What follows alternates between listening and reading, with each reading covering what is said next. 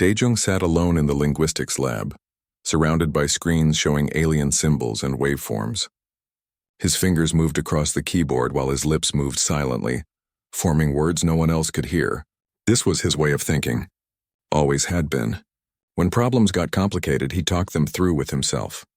So if the Vrelian language uses color frequencies instead of sound, he muttered, eyes fixed on the data, then their grammar must be based on light wavelength shifts, which means the sentence structure changes with brightness levels.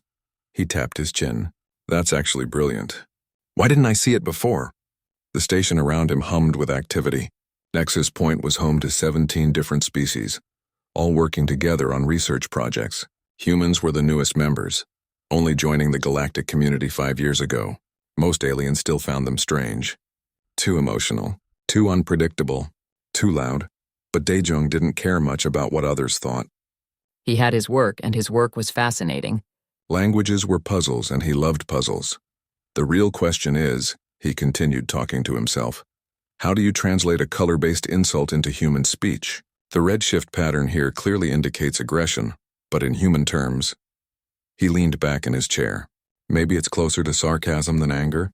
Actually, a voice said from behind him, it's more like disappointment mixed with pity. Daejung nearly fell out of his chair. He spun around to find Velera standing there, a smile on her pale blue face. The Thessian woman's bioluminescent markings glowed softly in the dim lab light. She carried a data tablet and wore the standard research uniform. What? Daejung's heart pounded. How long have you been standing there? About 10 minutes, Velera said, moving closer. Her voice was soft, musical. I didn't want to interrupt. You were so focused. Daejung felt heat rise to his face. I was just thinking out loud, working through a problem. I know, Velera said. She sat down in the chair next to his. You do it often. It's actually quite helpful for my own research. Helpful? Daejung frowned. How is me talking to myself helpful to you? Velera tilted her head, studying him with large dark eyes. Daejung, do you really not know? Know what? That I can hear you. All of you. Every word you think you're saying only to yourself. She paused. I've been hearing you for weeks now. The lab suddenly felt too small. Daejung stood up, backing away slightly. That's not possible. I wasn't speaking to you. I was barely even whispering. I know, Velera said gently. You think you're being quiet. But to my ears, you're quite clear. But Daejung tried to remember what he'd been muttering about over the past weeks. Had he said anything embarrassing? Anything private? His mind raced through dozens of conversations he'd had with himself. This can't be real. You're joking. Velera shook her head. 3 days ago, you spent 20 minutes debating whether to ask Commander Ji-Wan for extra lab time. You decided against it because you thought she seemed stressed. Last week, you wondered out loud if the Calraxian researcher on Deck 7 found you attractive, then told yourself not to be ridiculous. Yesterday, you sang an old Earth song while organizing files. Something about stars and dreams. Daejung's face went pale. Oh no. It's all right, Velera said quickly. I haven't told anyone. And honestly, I find it fascinating. Fascinating. Daejung couldn't believe what he was hearing. You've been listening to my private thoughts and you think it's fascinating? They're not exactly private if you're broadcasting them, Velera pointed out. I'm not broadcasting anything. Daejung nearly shouted, then lowered his voice. I'm just thinking. Everyone thinks. Yes, but most species think silently. Humans. Velera paused, choosing her words carefully. Humans are different. Your minds work differently. Daejung sat back down, feeling dizzy. Explain, please. Velera set her tablet aside and leaned forward. My people, the Thessians, have an ability. We can detect certain frequencies that other species cannot. Electromagnetic patterns, neural waves, things like that. Most species have natural shielding around their thoughts. But humans, she smiled slightly. Humans leak. We leak? Your brains are incredibly active. When you think hard, when you focus, when you talk to yourselves, you emit patterns. Frequencies, and some of us can hear them. Not a sound exactly. More like understanding, direct knowledge of what you're thinking. Daejung rubbed his face with both hands. This is insane. Are you telling me that every time I've been working through a problem, every time I've muttered to myself, you've been listening in? Not just me, Velera admitted. Any Thessian within range could hear you. but most of us find it rude to acknowledge it. We pretend not to notice and pretend not to notice. Daejung stood again, pacing. How many Thessians are on this station? 47. 47 aliens have been reading my thoughts. His voice cracked. Not reading, Vilara corrected. Hearing. And only when you're actively thinking out loud.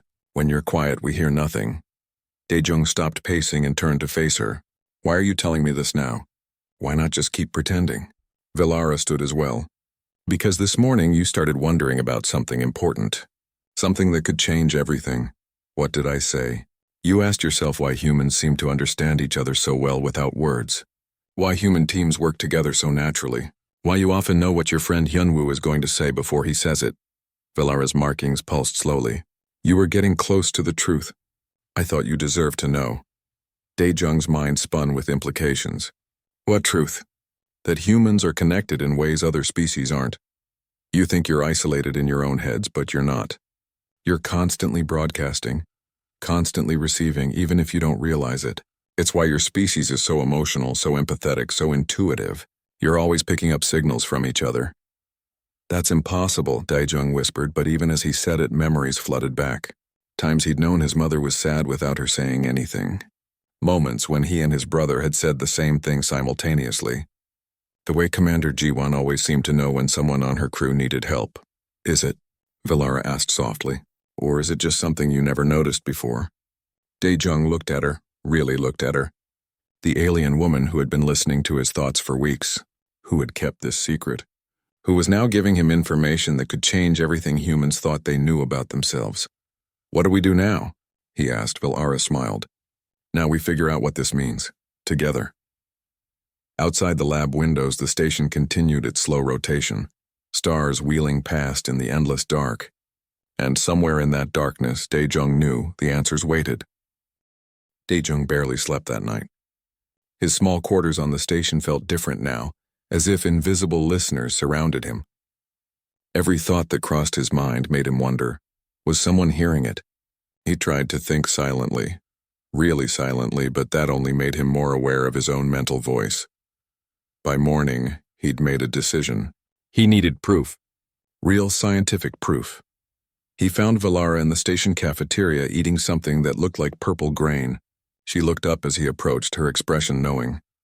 You didn't sleep, she observed. How do you... Daejung stopped himself. Right, you can hear me muttering in my room, can't you? Vilara shook her head. Your quarters are shielded. Standard privacy protocol. I just guessed from your face. Daejung sat down across from her, keeping his voice low. I need you to prove it. This frequency thing. I need to see it with my own eyes. I thought you might, Vilara said. I've already arranged a meeting. There's someone you should meet. 20 minutes later, Daejung stood in a research lab he'd never entered before. Medical equipment lined the walls. In the center stood an older Thessian man with deep violet markings that flickered like a slow heartbeat. Beside him was Tae-min, one of the human neuroscientists on the station. This is Kravesh. Vilara introduced the Thessian elder. He's been studying human neurological patterns since your species joined the galactic community. Kravesh bowed his head slightly. And this is Tae-min, who has graciously agreed to help us demonstrate. Tae-min looked skeptical, arms crossed. I'm only here because Vilara said it was important. But I'm telling you, Daejung, if this is some kind of joke, it's not, Daejung assured him. Just trust me. Kravesh moved to a control panel. Please, Daejung, stand here. He indicated a spot near a strange device that looked like a half-circle of sensors. And Tae-min, if you would begin thinking through a problem. Out loud, as you normally do when working alone. Tae-min shrugged. Fine. I've been trying to solve a calibration issue with the station's gravity generators. The third sector keeps fluctuating by 0.03%, which shouldn't be possible given the current settings. He continued talking, working through equations and possibilities. Kravesh activated the device. Immediately, one of the screens lit up with waves of color and pattern. This, he said, is what we see. These are the frequencies your colleague is emitting right now. Daejung stared at the screen. The patterns were beautiful, complex, shifting with every word Tae-min spoke. This is real? This is actually coming from his brain? His brain, his vocal cords, the subtle movements of his mouth, all of it together, Kravesh explained. Humans produce subvocal electromagnetic patterns when thinking intensely. Most species have natural barriers that contain these patterns, but human neural structures are different, more open, more broadcasting. Valara stepped closer to the screen. Show him the comparison. Kravesh typed something and the screen split. On one side were Tayman's patterns. On the other, a flat line with only tiny blips. This is me thinking through a similar problem, Kravesh said. Notice the difference? The contrast was startling. Tayman's thoughts were a brilliant display of activity. Kravesh's were nearly invisible. Tayman had stopped talking. He stared at the screen, his face pale. You're serious. This is actually happening. Other species can hear our thoughts? Not all species, Valara clarified. Only those with the right sensory organs. Thessians, the Kormathi, a few others. Maybe a dozen species in the galaxy. And you've known about this for how long? Taejong asked, an edge to his voice. Kravesh looked uncomfortable.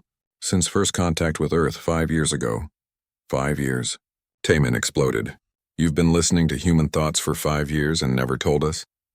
It was decided by the Galactic Council, Kravesh said quietly. They deemed it unethical to inform your species. They feared it would cause panic, distrust. They thought it better to let humans integrate naturally. Daijong felt anger rising in his chest. So what, you all just decided to spy on us? To keep this secret? It wasn't like that, Valara interjected. Most Thessians find it deeply uncomfortable. We train ourselves to ignore human broadcasts. To give you privacy despite the leakage. Leakage, Tayman repeated bitterly. That's what we are? Leaky? Kravesh raised his hands in a calming gesture. Please understand, this is not a defect. Your neural structure serves a purpose. We believe it's connected to your species' remarkable abilities. What abilities? Taejong asked. The elder Thessian moved to another console. Your problem-solving capacity. Your creativity. Your ability to work together seamlessly. All of it stems from this open neural structure. He pulled up more data. Watch this. These are recordings of human research teams working on complex problems. The screen showed a graph of multiple colored lines weaving together, separating, coming back together. It looked almost like a dance.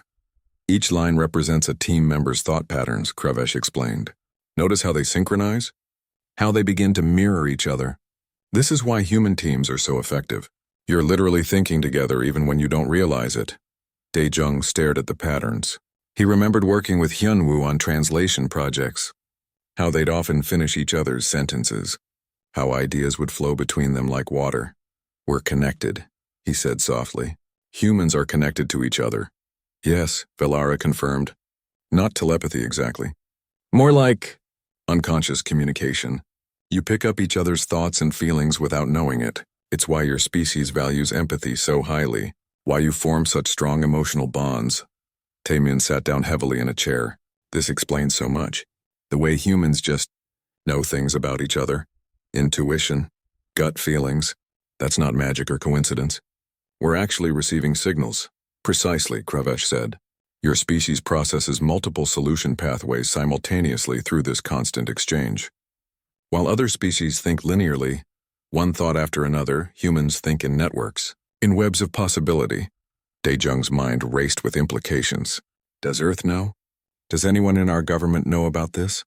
Kravesh and Valara exchanged glances. Some of your leaders have been informed, Kravesh admitted, but they agreed to keep it classified. They feared public knowledge would cause chaos. More secrets, Tayman muttered. Daejong began pacing. But this could be huge. Understanding this about ourselves could change everything.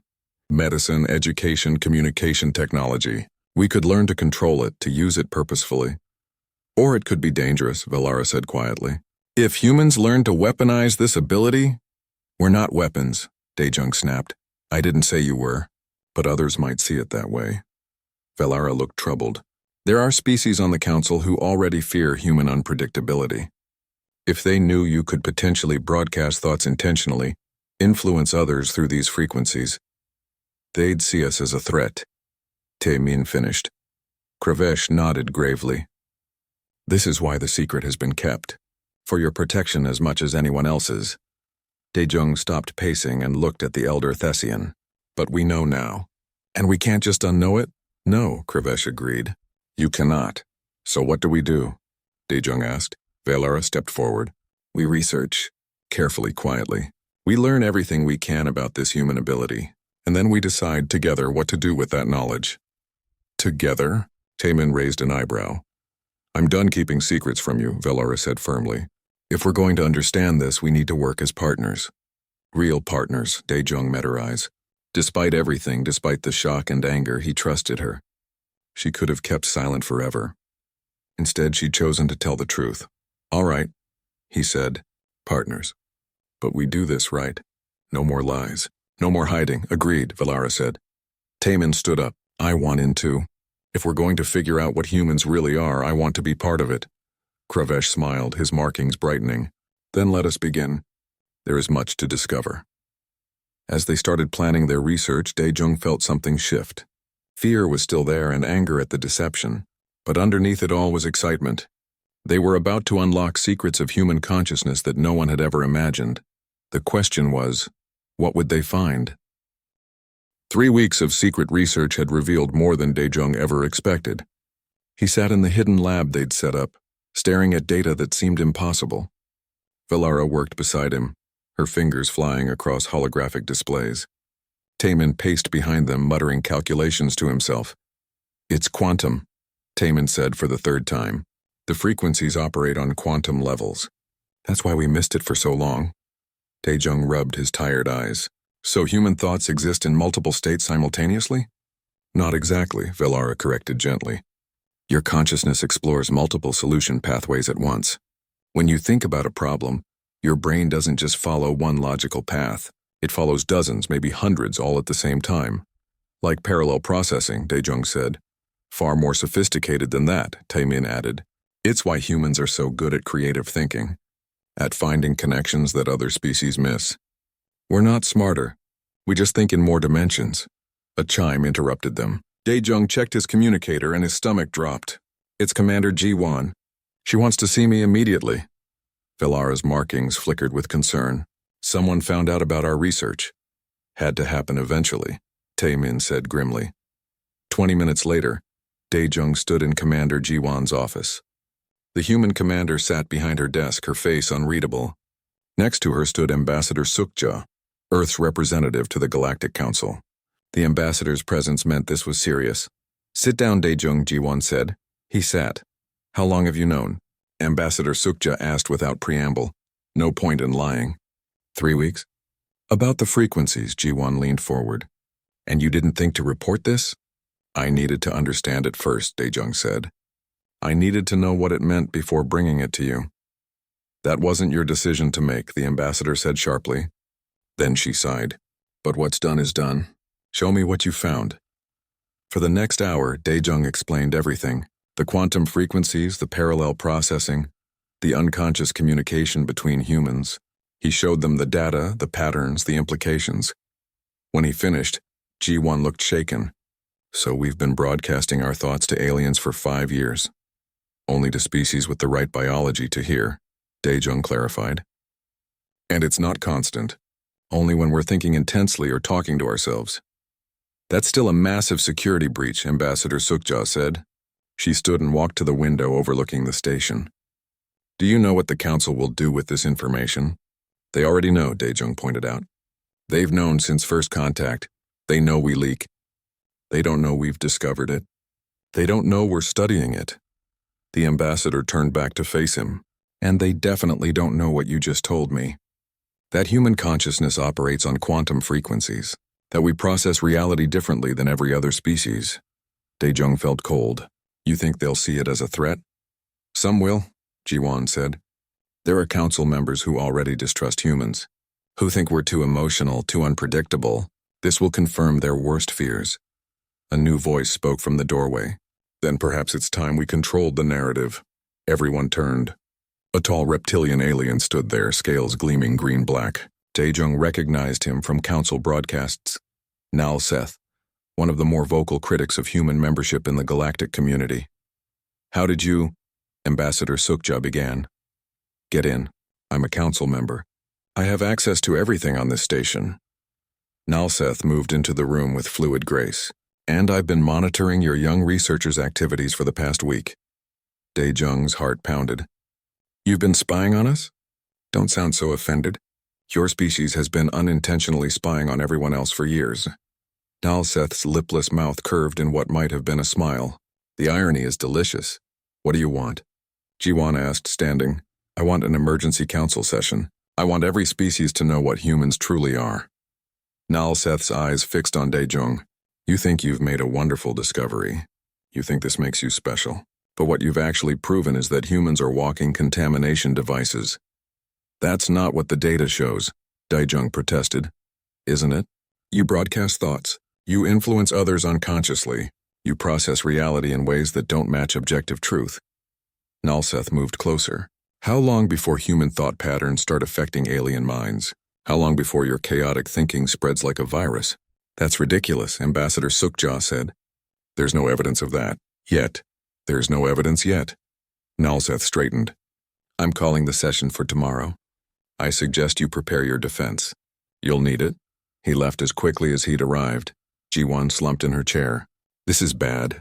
Can he actually do this? Daejong asked. Force an emergency session? He can, Ambassador Sukja confirmed. She looked at Daejong.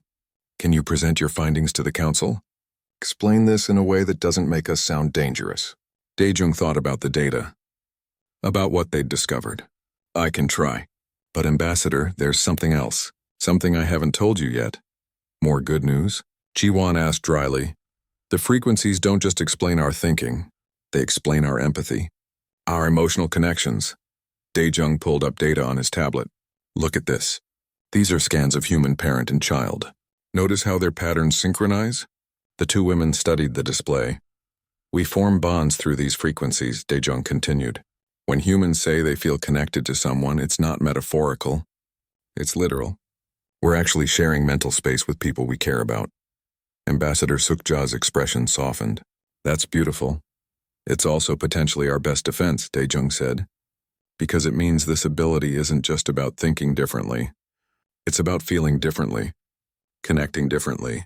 If we can show the council that human consciousness is built on connection, on empathy, they might see us as bridges instead of threats, Jiwan finished. It's worth a shot. The next day the council chamber was packed.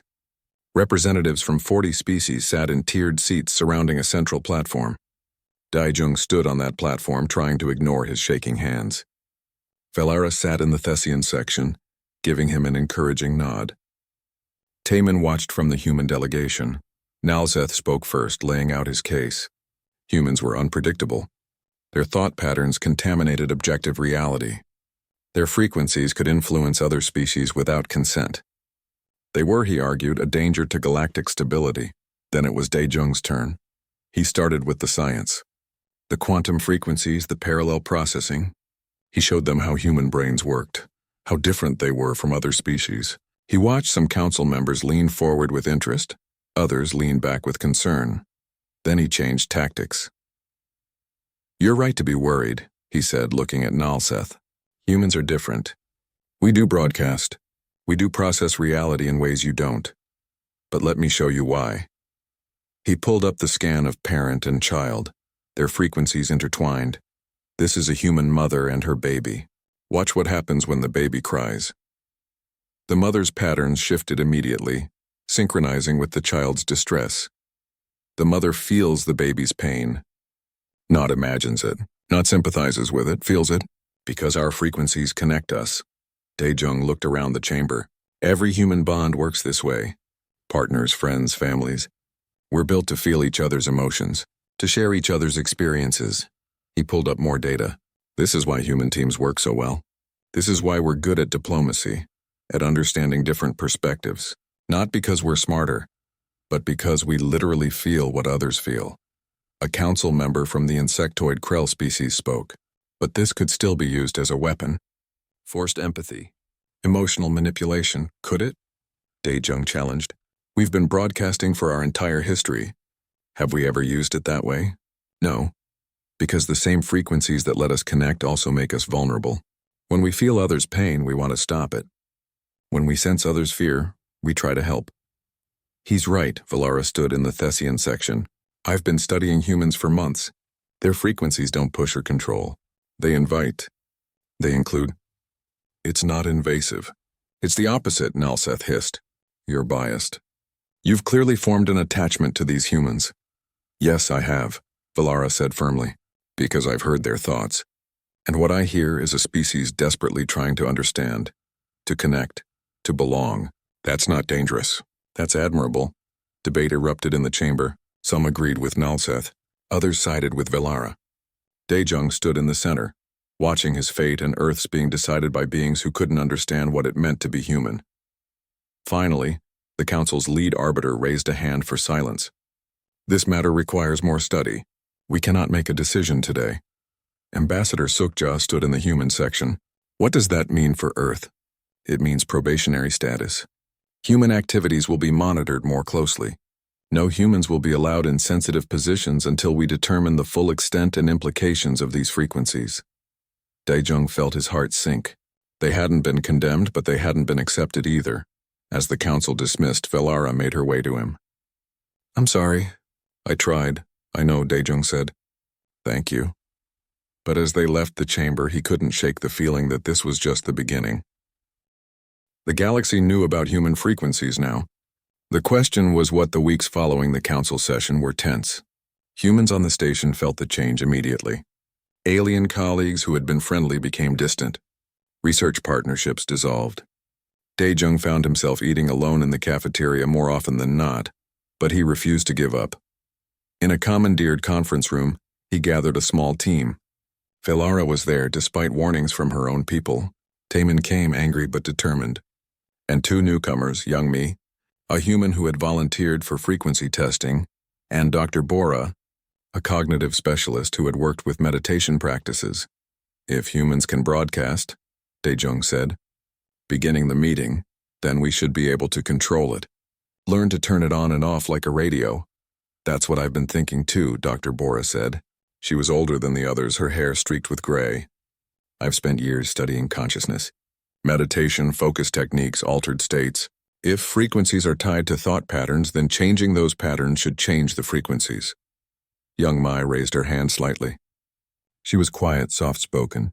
I think I might already do this. Without realizing it, everyone turned to look at her. Explain, Valara said gently. Young Mi took a breath. I used to be a musician, before I came to the station, and when I performed I learned to extend myself. To reach the audience, it felt like opening up, like inviting people in. She paused.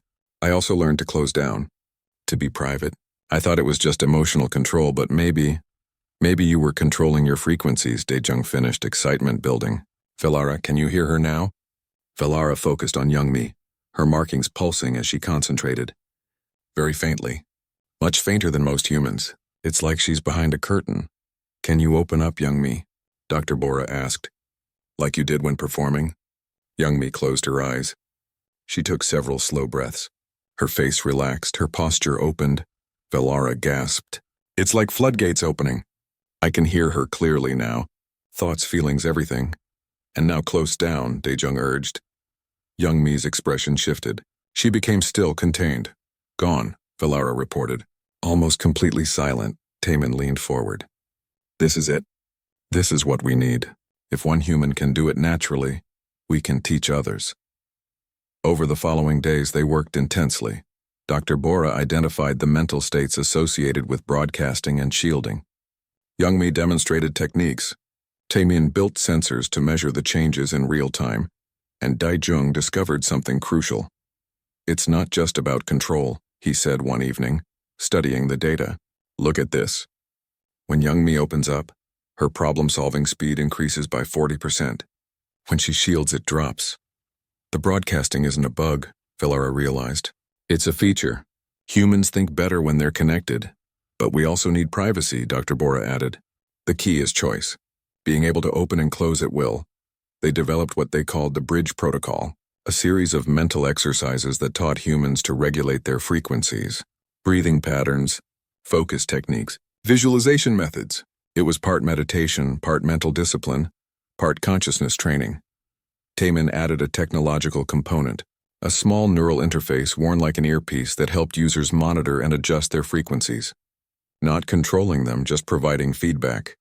We need to present this to the council, Daejung said after 2 months of development. Show them we can manage this ability responsibly. But before they could arrange a presentation, news reached them. The Thessian government had arrested Valara's mentor, Kravesh. The charge: treason for helping humans weaponize their frequencies. Valara received the message during a training session. She went pale, her markings dimming to almost nothing. "They can't do this," she whispered. "He was only seeking knowledge." "It's politics," Daejung said bitterly. "They need a scapegoat." Worse news followed. A Thessian official named Sylvana, a political rival of Valara's family, had taken over the investigation. She declared that the bridge protocol was proof of human intentions to weaponize their abilities. "She's using this to advance her own career," Valara said, reading the official statement, "and destroying mine in the process." An emergency session was called. This time the mood in the council chamber was hostile. Sylvana presented first, and her argument was damning. "The humans claim they want control for privacy," she said, her voice cold. "But control also means weaponization. They can now choose when to broadcast, when to influence, when to invade other minds. This is not safety. This is danger." Several council members nodded agreement. Daejung stepped onto the platform, Young Mi beside him. "With respect, Councillor Sylvana, you're wrong. The bridge protocol isn't a weapon. It's protection for everyone." "Prove it," a council member demanded. Young Mai moved to the center of the platform. Sensors around the chamber activated, showing her frequency patterns to everyone. "Watch," she said softly. She closed her eyes and shielded. The readings dropped to nearly nothing. Then she opened and they spiked. Shield open, shield open. Perfect control. "This is what the protocol teaches," Daejung explained. "Humans can now choose to be silent, to give other species true privacy from our thoughts. Isn't that what you wanted? Or they can choose to broadcast at maximum strength," Sylvana countered. "To overwhelm others with their chaotic thinking. Have we?" Daejung challenged. "Young Mi is fully open right now. Maximum broadcast. Counselor, do you feel overwhelmed? Invaded? Controlled?" Sylvana's expression tightened. "I am not equipped to hear human frequencies." "Then let me speak." Valara stood in the Thessian section. "I can hear her. Right now, Young Mi is broadcasting everything. Her nervousness, her determination, her hope that you'll understand. And I feel none of those things being forced on me. I observe them. I understand them. But they don't control me." "You're biased," Sylvana snapped. "I'm experienced," Valara shot back. "I've spent months studying human frequencies. You've spent months making speeches about them. Who do you think understands them better?" Murmurs rippled through the chamber. Ambassador Sukja rose. "The council asked us to show we could manage this ability responsibly. We've done that. The bridge protocol proves humans can control their frequencies. We can be as silent or as open as needed. Isn't that what integration requires? The ability to adapt? But the potential for abuse remains," another council member said. "What if humans use this control maliciously?" Dr. Bora stepped forward. "May I speak?" At Daejung's nod, she continued. "I've studied human consciousness for 40 years. And here's what I've learned. Our ability to broadcast is tied directly to our empathy. We can't separate them. When Young Mi opens her frequencies, she doesn't just send her thoughts out. She receives too. She feels what others around her feel." She gestured to Young Mi. "Demonstrate, please." Young Mi opened fully. Then she turned toward Sylvana. Her expression changed, showing surprise and then sadness. "You're afraid," Young Mi said softly to the Thessian official. "Not of humans. Of losing control. Of being wrong. Of what it would mean if we're not dangerous." Sylvana's face showed shock. "How dare you?" "I'm not judging," Young Mi said gently. "I'm just telling you what I feel from you. This is what human frequencies do. They create understanding, not control." The chamber fell silent. Finally, Nalseth spoke. The reptilian council member had been quiet until now. "This changes nothing. Understanding others' feelings could still be used for manipulation." "It could," Daejung admitted. "Just like understanding alien languages could be used for manipulation. Just like any form of communication could be abused. But we don't ban languages. We teach ethics. We build trust." "Trust must be earned," Nalseth said. "Then let us earn it," Ambassador Sukja replied. "Give us a chance to prove the bridge protocol works, not just for human privacy but for better communication between all species." The lead arbiter considered. "What do you propose?" "A trial program," Daejung said quickly. Humans and willing aliens working together. Learning to use the frequencies as a tool for mutual understanding. If it fails, we abandon it. If it succeeds, we've created something new, Velara added. A way for species to truly understand each other. Not just words, but thoughts and feelings. The council debated for hours. Finally, they voted. It was close, but the decision came down in favor of the trial. You have 6 months, the lead arbiter declared. Prove this can work. Prove humans can be trusted with this ability. Fail, and Earth's membership in the galactic community will be reconsidered. As they left the chamber, Daijung felt exhausted but hopeful. Velara walked beside him. 6 months, she said. Think we can do it? Daijung thought about young Mi's demonstrations, about Dr. Bora's techniques, about the possibility of species truly understanding each other. We have to, he said, because if we fail, it won't just be humans who lose. It'll be everyone. The chance for real connection, real understanding, that's worth fighting for. Velara smiled, her markings glowing warmly. Then let's make it work. The trial program was about to begin. The trial program started well. 12 volunteers, 6 human and 6 alien, began training together. Young Mai led the sessions, teaching both sides. Humans learned to control their frequencies. Aliens learned to interpret them without fear. Daijung watched the first successful synchronization with pride. A human researcher named Hyunwoo worked on a complex equation, while a Thessian partner listened to his frequency patterns. When Hyunwoo got stuck, the Thessian gently suggested a different approach, having sensed the mental block through the frequencies. It's working, Velara said, standing beside Daijung in the observation room. They're actually thinking together. One success, Daijung cautioned. We need many more. But that night everything changed. The message came from Earth. A colony world called New Haven reported strange occurrences. Colonists experiencing severe psychological distress, confusion, depression, even suicidal thoughts, all seemingly without cause. Could be environmental, Commander Jiwon suggested when Daijung brought her the report. New planets sometimes have unexpected effects on human psychology. Or it could be an attack, Daijung said quietly. Jiwon's expression hardened. You think someone's targeting the frequencies? I don't know. But the timing is suspicious. Right when we're proving humans can control this ability, suddenly colonists are having mental breakdowns? More reports came in over the following days. 2 more colonies affected, then a research station, then a trading post. All human populations, all experiencing the same symptoms. Daijung worked frantically with Velara to analyze the data. Medical scans showed unusual patterns in the affected colonists' brain activity.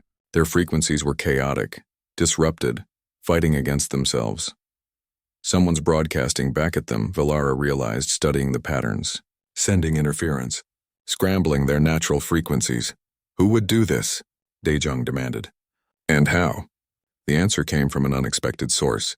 Kravesh, released from Thessian custody, contacted them secretly.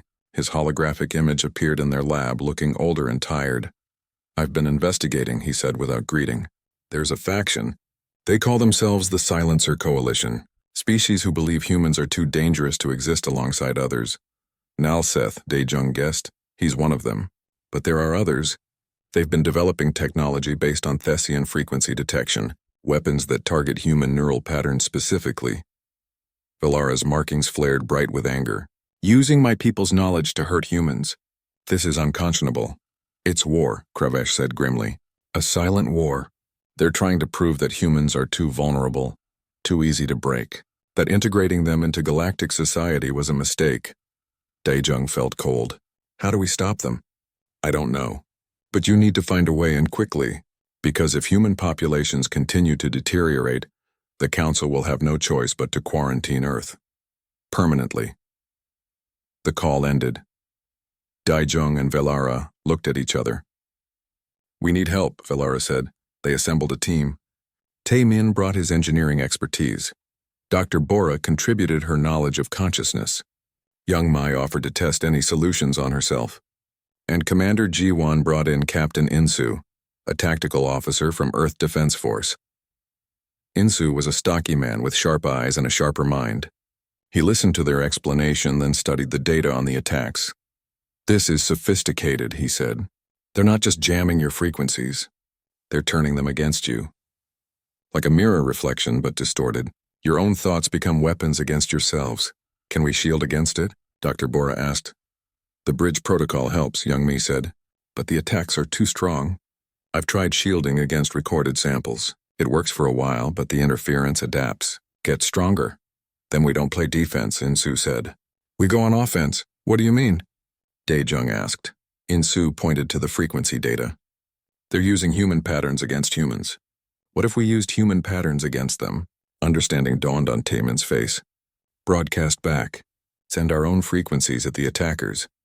Not just any frequencies, Insu clarified. Coordinated ones. Unified. All the humans in an affected area broadcasting the same patterns at the same time. A frequency beacon, Velara said slowly. But broadcasting what? Determination, Young Mi suggested. Resolve. The will to survive. If human frequencies naturally share emotions, we share strength. They worked through the night developing the concept. A device that could coordinate human frequencies in a specific area, not controlling them but synchronizing them. Creating a unified broadcast that would overwhelm the interference. The test came sooner than expected. New Haven Colony, the first to be attacked, sent a distress call. The interference had intensified. Colonists were breaking down completely. Captain Insu mobilized immediately. A ship carried him, Daejung, Velara, and their equipment to New Haven. They arrived to find chaos. Humans wandering aimlessly, weeping, arguing with themselves. The colony's infrastructure barely functioning. Among the affected was Yoon Hai, the colony's administrator. She sat in her office, staring at nothing, whispering words that made no sense. We're too late, Daejung said, horror filling him. No, Velara said firmly. Set up the beacon, now. They worked quickly. Taemin assembled the device in the colony's central square. Young Mai helped the few unaffected colonists understand what they needed to do. Focus on strength, on survival. On refusing to break, ready, Taemin announced. Insu activated the beacon. At first, nothing seemed to happen. Then slowly, the colonists began to respond. Their confused wandering stopped. They looked around, awareness returning to their eyes. Daejung watched the frequency readings. Individual human patterns, chaotic and disrupted, were beginning to synchronize, aligning with each other, growing stronger together. Yeonhai stood up from her chair. She walked to her window and looked out at her colony. When she spoke, her voice was clear. What happened? You were attacked, Velara explained. But you fought back. All of you together. The readings spiked. The unified human frequency grew brighter, stronger, and then something unexpected happened. The interference signal, trying to disrupt the human patterns, encountered the unified wall of determination. It couldn't adapt fast enough.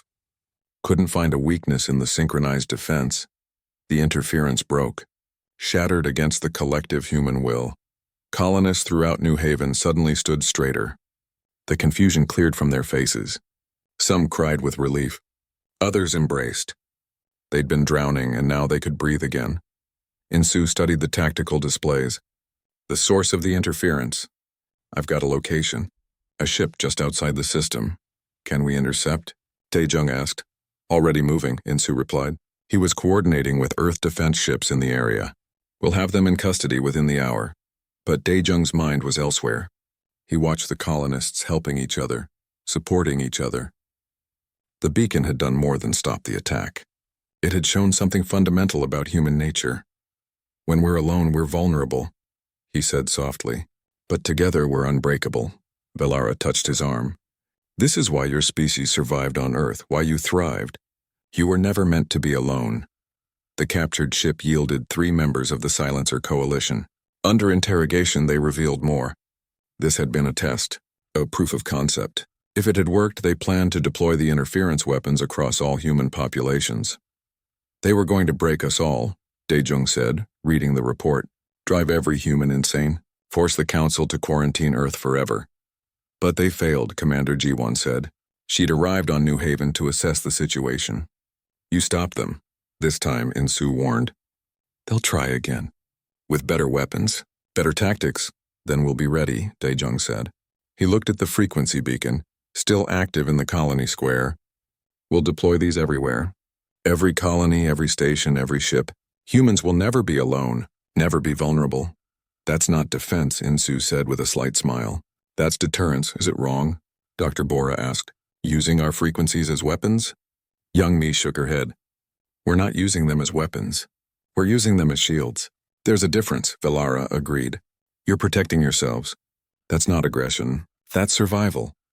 But as Daejung watched the New Haven colonists rebuilding their lives, he wondered. The bridge protocol had been meant to help humans control their frequencies for peace.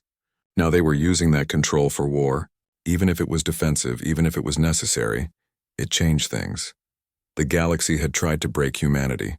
Instead, humanity had discovered just how strong they could be. The question was, would that strength bring peace or more conflict? News of New Haven reached the council quickly. Reactions were mixed. Some saw it as proof that humans could defend themselves. Others saw it as proof that human frequencies were indeed weapons. Nalseth remained silent. But Daejung knew this wasn't over. The silent war had just begun. And humanity would need every advantage to survive it. As the ship carried them back to Nexus Point Station, Velara sat beside Daejung in the quiet observation deck. You saved them, she said. You should be proud. I'm scared, Daejung admitted. We just showed the galaxy that humans can weaponize their frequencies. That's exactly what they feared. You showed them humans can protect each other. That's different, is it, to them? Velara was quiet for 3 months after New Haven. Daejung couldn't sleep again. But this time it wasn't excitement or fear keeping him awake. It was guilt. The frequency beacons had been deployed across human space. Every colony, every station, every ship now had the ability to unite their mental frequencies against attack. It worked perfectly. 2 more coalition attacks had been stopped before they could do real damage. But something was wrong. Humans were changing. Daejung saw it in the way they moved together, spoke together, even thought together. The beacons were meant to activate only during emergencies, but some communities kept them running constantly. They liked the feeling of unity, of being perfectly synchronized. It's making us less human, he confided to Velara one evening in the lab. We're becoming a hive mind. Not a hive mind, she corrected gently. But you're right. Constant synchronization is suppressing individual thought, individual personality. Daejung pulled up data from a colony that had kept their beacon running for weeks. Look at this. Creativity scores down 40%. Innovation down 60%. They're all thinking the same thoughts, so no one has new ideas. Have you told Commander Jiwan? She says it's a small price to pay for safety. Velara's markings dimmed with concern. Safety from others, maybe, but not safety from yourselves. That night, Daejung received an unexpected visitor. Professor Jae-hoon was a human philosopher who taught at the station's university. He was elderly, with white hair and kind eyes that had seen much. I've been watching your work, Jae-hoon said, settling into a chair in Daejung's quarters, and I've been watching you struggle with it. I don't know what to do, Daejung admitted. We needed the beacons to survive, but they're changing us. All tools change us, Jae-hoon said. Fire changed us. Writing changed us. Every advance in human history has transformed what it means to be human. The question isn't whether we change. It's whether we change wisely. What's wise about becoming less individual? Nothing. But that's not the beacon's fault. It's how humans are choosing to use it. Jae-hoon leaned forward. You gave humanity a tool for defense. They're using it for comfort, for avoiding the hard work of being separate individuals who must still work together. Daejung absorbed this. So what do I do? Teach them a better way. Show them that the frequencies can bring connection without erasure, unity without uniformity. The idea took root in Daejung's mind. Over the following weeks, he developed it with Velara's help. They called it the harmony equation. Instead of perfect synchronization, the harmony equation taught humans and aliens to harmonize their frequencies. Like music, where different notes create something beautiful together, each voice distinct but all working toward the same song. To test it, they needed willing participants from both sides. Velara brought in Mirasin, a Thessian peace advocate who had been speaking out against the coalition's violence. She was younger than Velara, with bright cyan markings that sparkled like stars. I want to understand humans, Mirasin said simply, not just hear their thoughts. Understand their hearts.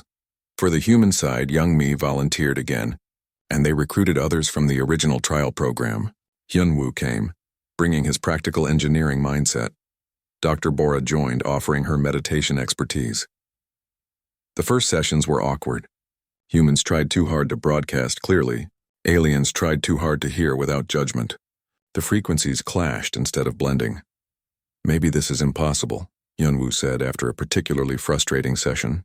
Maybe humans and aliens are just too different. Different isn't the problem, Dr. Bora said. Expecting sameness is the problem. In meditation, we learn that peace comes from accepting what is, not forcing what should be. They adjusted their approach. Instead of trying to match frequencies, they learned to complement them. Humans broadcast their natural patterns. Aliens received them without trying to change or judge. Then aliens shared their own ways of thinking, and humans learned to sense the differences. Slowly, something remarkable emerged. Mirasin and Young Mi were the first to achieve true harmony. During a session, they worked on solving a complex physics problem. Young Mi's frequency showed her chaotic, multipath human thinking. Mirasin's showed her linear, logical Thessian approach. Instead of clashing, the patterns wove together. Young Mi would explore wild possibilities. Mirasin would test them for logical consistency. Back and forth, different but complementary. They solved the problem in half the time either could have managed alone. It's beautiful, Villara said, watching the frequency readings. Two completely different minds creating something neither could create alone. Word spread. More volunteers joined. Not just Thessians, but other species too. The Kormati, who could sense emotional frequencies. The Praveen, who could detect decision patterns. Species who had been afraid of human frequencies began to see them as gifts, but not everyone was convinced. Counselor Wan Shik, a moderate voice in Earth's government, visited the station to assess the program. He watched several harmony sessions with a critical eye. "This is all very inspiring," he said to Daejung afterward. "But it's a small group. What about the billions of humans and aliens who aren't here? How do we teach them?" "We show them it works," Daejung said. "We prove that harmony is better than either separation or forced unity. And if the coalition attacks while you're busy proving points?" "The beacons are still there," Villara assured him.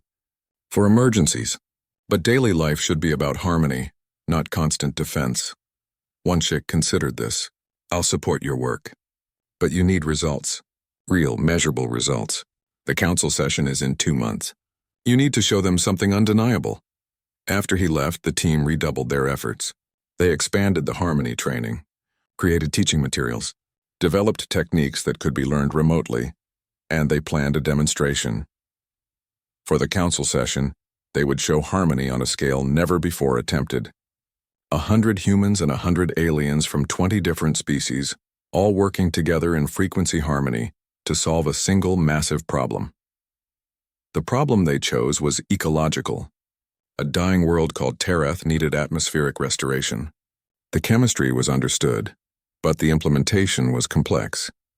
It required creative thinking, logical planning, emotional understanding of the native species' needs, and mathematical precision. Perfect for demonstrating what harmony could achieve. The demonstration was scheduled for the council session. But a week before disaster struck, the coalition launched their largest attack yet. Not on a small colony, but on Nexus Point Station itself.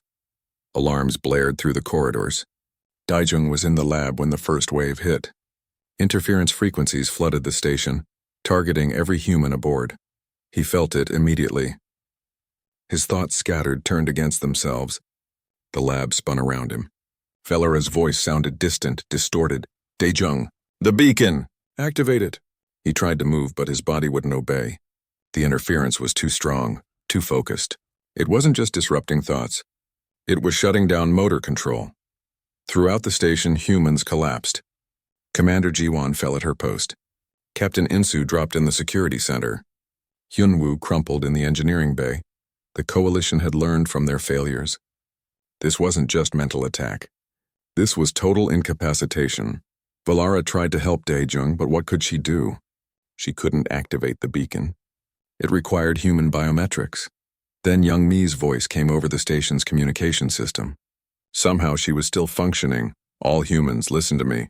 Don't fight it. Don't resist. Accept the interference." Daejung, barely conscious, couldn't understand. Accept it? That was suicide. But Young Mi continued, her voice steady. "It's just frequency. Just pattern. Let it flow through you.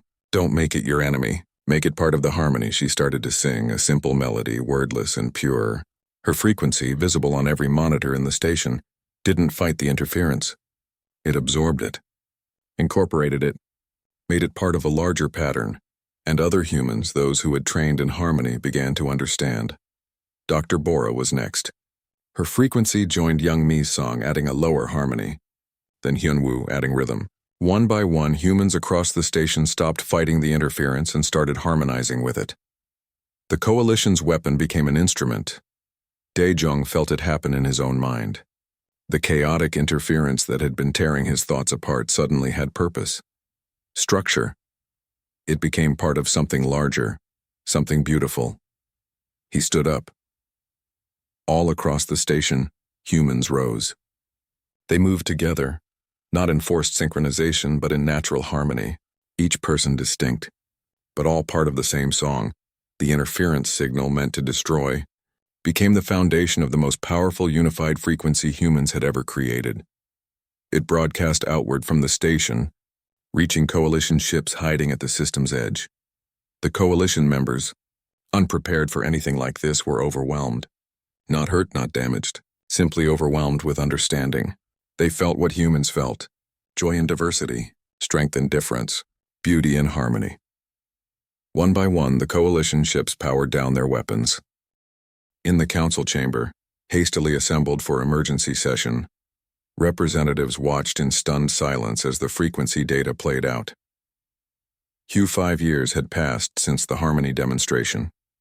Daejung stood in the new Interspecies Consciousness Institute, a massive facility orbiting Earth. Through the windows, he could see the blue-green planet turning slowly below. Home. Changed, but still home. Professor Daejung, a young voice called. He turned to find a student waiting. Not human. A Thessian boy, barely into adolescence, his markings still pale with youth. Yes, Kelvan? I'm having trouble with the harmony exercises. The human frequencies are so much. How do you learn to hear them without getting overwhelmed? Daejung smiled.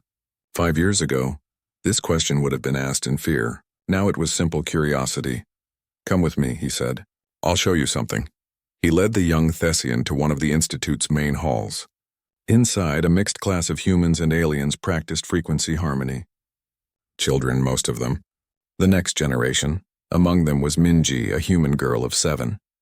She sat in a circle with alien children from 6 different species. They were playing a game, trying to match frequency patterns to create music. Minji's pattern wove effortlessly with a Kormati child's emotional tones and a Praveen child's logical rhythms. Watch her, Daejung told Kelvan. She doesn't try to control her frequency. She just lets it be, and the others don't try to change it. They just add their own voices. But she's so young. How does she know how to do this? She doesn't know. She just does it. She was born after the harmony protocols were established. To her, this is normal, natural. Kelvan watched in wonder. She never learned to be afraid of being heard. Exactly. And the other children never learned to fear hearing her. The game ended with a burst of synthesized music that made all the children laugh. Minji jumped up and ran to Daejung, her face bright with joy. Did you hear us? Did you hear our song? I did. It was beautiful. Velara says tomorrow we learn to make songs with the Calraxians. They think in colors. Isn't that amazing? She ran back to her friends, already chattering about the next lesson. Kelvan looked at Daejung. This is the future, isn't it? This is what harmony really means. I hope so. Later that day, Daejung met with Velara in their shared office. She was co-director of the institute now, working alongside him to teach the next generation about frequency harmony. The council wants another demonstration, she said, reviewing a message. Some of the newer member species are still uncertain about human frequencies. Daejung sighed. Will we ever stop having to prove ourselves? Probably not. But that's not unique to humans. Every species has to prove themselves in different ways. The Calraxians had to prove their color communication wasn't manipulative. The Kormathi had to prove their emotion sensing wasn't invasive. It's part of growing together. I suppose you're right. He looked at the data on her screen. What kind of demonstration? They want to see practical applications. How harmony helps in real situations. We've shown them plenty of those. They want more. Specifically, they want to see how harmony handles conflict. Daejung raised an eyebrow. Conflict? There's a territorial dispute. Two species, the Threx and the Deln, both claiming the same resource-rich system. It's getting heated. The Council thinks frequency harmony might help them understand each other better. That's a tall order. But imagine if it works. If we can show that harmony can prevent war, not just enable cooperation. Daejung considered. All right, let's try. The meditation was arranged on neutral ground. Representatives from both species along with human harmonizers to facilitate. Daejung and Velera observed remotely, ready to intervene if needed. The Threx were a crystalline species, their thoughts manifesting as light patterns. The Deln were gaseous, their consciousness flowing like clouds. Both had valid claims to the disputed system. Both refused to back down. Young Mai led the harmony session. She was a master harmonizer now, one of the best in the galaxy. Don't think about who's right, she instructed both groups. Think about why you want this system. What it means to you, not the resources. The deeper meaning. Slowly, reluctantly, both species opened their thoughts. The Threx revealed memories. The system contained a rare crystal formation, identical to those on their dying homeworld. For them, it was about preservation, about keeping a piece of their history alive. The Deln shared their own truth. The system's gases matched their original atmosphere, lost millennia ago to environmental collapse. For them, it was about remembering, about honoring those they'd lost. In the harmony space, frequencies interweaving, both species suddenly understood. They weren't fighting over resources. They were both trying to hold on to ghosts, to keep memories alive. What if, Youngmi suggested gently, you shared it? The Threx maintain the crystals. The Deln preserve the gases. Both species keep their memories. Both honor their past. Together. The solution was obvious once understanding replaced conflict. Within hours, the territorial dispute was resolved. Not through compromise or surrender, but through genuine comprehension of each other's needs. The Council was impressed. But more importantly, other species took notice. Requests for harmony facilitators increased dramatically, not just for conflicts, but for collaboration, for learning, for connection. The Interspecies Consciousness Institute expanded rapidly. Branch facilities opened on dozens of worlds. Harmony became not just a human specialty, but a galactic practice. One evening, Daejung received an unexpected visitor. Nalseth, the Reptilian Council member who had once been humanity's greatest opponent. May I speak with you? Nalseth asked, standing in the doorway. Daejung gestured him in, surprised. Of course. Nalseth moved slowly into the office, his scaled face difficult to read. I owe you an apology. Several apologies, actually. You don't need to. I do. Nalseth settled into a chair. I fought against humans joining the Council. I supported the Silencer Coalition, though I didn't participate in their violence. I believed your species was dangerous. Why are you telling me this? Because I was wrong. And because I want you to understand why I was wrong. Nalseth looked out the window at Earth below. My species nearly destroyed ourselves once. Civil war. Driven by our inability to understand each other's perspectives. We survived, but barely. Since then, we've been terrified of chaos, of unpredictability, of anything that might bring back that conflict. And humans represented chaos to you. Yes. Your emotions, your frequencies, your ability to change and adapt so quickly. It terrified me. Nalseth's eyes met Daejung's. But I've been studying your harmony protocols, observing the children, and I realized something. Humans aren't chaotic. You're complex. There's a difference. What changed your mind? My grandson. He's been learning harmony techniques at one of your branch institutes. Last month he came home and told me he'd made friends with a human child. They play together, think together, even though they're completely different species. And he said something that struck me. He said grandfather being different isn't scary. It's interesting. Daejung felt warmth in his chest. Sounds like a wise child. He is. Wiser than I was. Nalseth stood. I wanted you to know that I'm supporting the Council's proposal to make harmony training mandatory for all new species joining the galactic community. And I'm sorry I didn't see the value sooner. After Nalseth left, Daejung sat alone with his thoughts. How strange that the greatest opponent had become an ally. How wonderful that even old fears could be overcome. Velera found him there an hour later. You're thinking loudly? She said with a smile. Am I? He laughed. I guess some habits never change. I hope not. Your thinking out loud is what started all of this, remember? Dae-jung remembered. That day in the linguistics lab when Velara had smiled and said she heard everything. It felt like a lifetime ago. Do you ever regret it? He asked.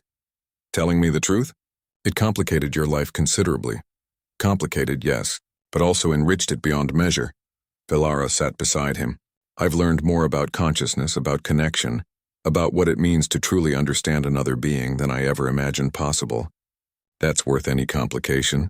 We make a good team. We do. Humans and Thessians. Chaos and order. Emotion and logic. Different notes in the same song. They sat in comfortable silence for a while, watching Earth turn below them. What do you think comes next? Velara asked eventually. I don't know, but I think Minji and the other children will figure it out.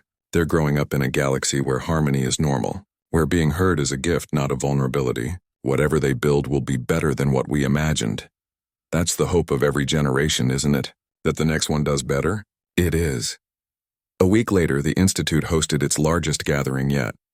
Representatives from every council species came to witness the graduation of the first class of certified harmony facilitators.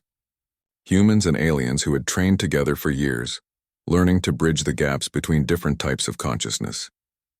Dae-jung gave the commencement speech. He stood before hundreds of graduates and thousands of observers, feeling the weight of the moment. When I first learned that aliens could hear my thoughts, he began, I was terrified. I felt exposed, vulnerable. I thought my privacy had been stolen from me.